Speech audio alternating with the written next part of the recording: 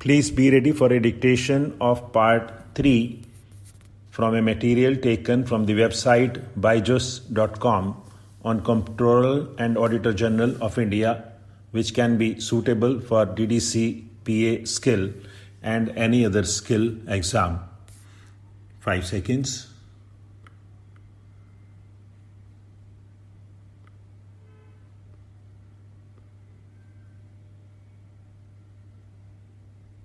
Start. The powers of the CAG regarding audits are provided for in the Comptroller and Auditor General of India Duties, Powers and Conditions of Service Act 1971. According to this Act, the CAG can audit all receipts and expenditure from the Consolidated Fund of India and of the states and union territories.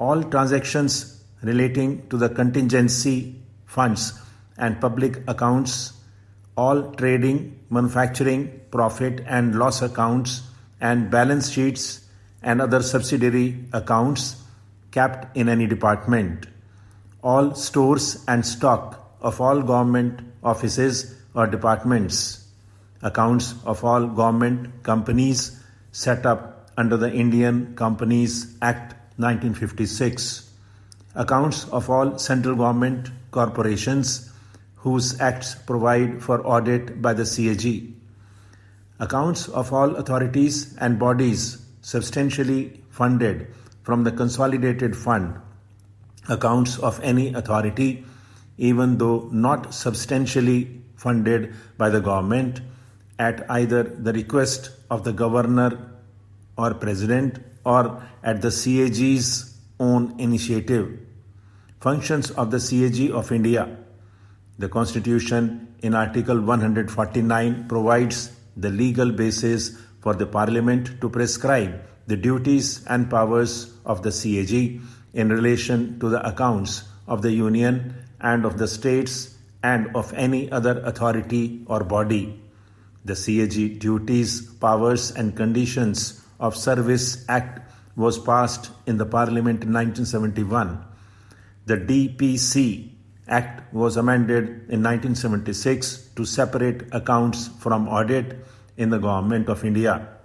The duties and functions of the CAG as laid down by the Constitution are auditing the accounts related to all expenditure drawn from the Consolidated Fund of India, Consolidated Fund of every state and Consolidated Fund of every union territory having a legislative assembly.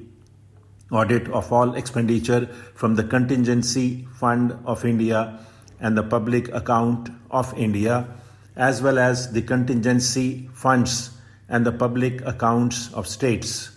Audit of all trading, manufacturing, profit and loss accounts, balance sheets and other subsidiary accounts of any department of the central government and state governments. Auditing the receipts and expenditure of the Government of India and each state to ensure that the rules and procedures in that regard are designed to secure an effective check on the assessment, collection and proper allocation of revenue. Auditing the receipts and expenditure of the following: all bodies and authorities substantially financed from the central or state revenues, government companies and other corporations and bodies when so required by related laws. Auditing all transactions of the central and state governments related to debt sinking funds, deposits, advances, suspense accounts and remittance business. He also audits receipts, stock accounts and others with approval of the President or when required by the President. Auditing the accounts of any other authority when requested by the President or Governor. For example, the audit of local bodies. Advising the President with regard to prescription of the form in which the accounts of the centre and the states shall be kept. Article 150. Submitting audit reports related to the accounts of the central government to the President, who shall in turn place them before both the Houses of Parliament. Article 151. Stop.